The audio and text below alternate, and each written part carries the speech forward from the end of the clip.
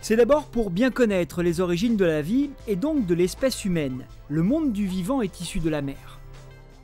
La biodiversité marine, c'est quelque chose de très différent finalement de la biodiversité terrestre. Souvent quand on parle biodiversité, on imagine les insectes qui représentent, c'est vrai, les 3/4 des organismes. Mais en fait, ce qu'il faut bien voir, c'est que la biodiversité est beaucoup plus importante en mer, où se trouvent la plupart des embranchements. Tous les embranchements existants dans le monde ont des représentants en milieu marin, alors qu'il y en a que tous n'ont pas des représentants en milieu terrestre.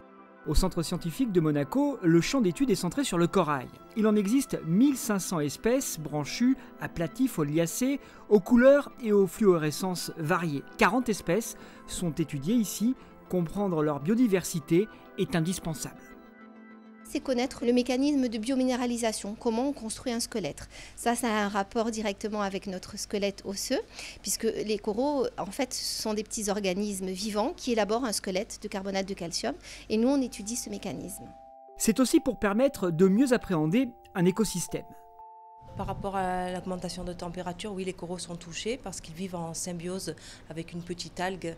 Et cette petite algue est expulsée quand l'augmentation de température est importante. Et le coraux arrive à ce qu'on appelle le blanchiment, le stade où ils sont tout blancs, en fait, on voit le squelette. Quand ils blanchissent, ça veut dire qu'ils sont en train de mourir ? Ils ne sont pas forcément en train de mourir, mais ils ont très peu de chances de récupérer, donc 90% des coraux blanchis vont mourir. Sur le corail vivent, entre autres, des algues, des poissons et 500 millions de personnes qui dépendent de ces écosystèmes. Leur disparition entraînerait des répercussions dramatiques, d'où la nécessité de comprendre leur fonctionnement pour aussi en cerner les faiblesses et les sensibilités.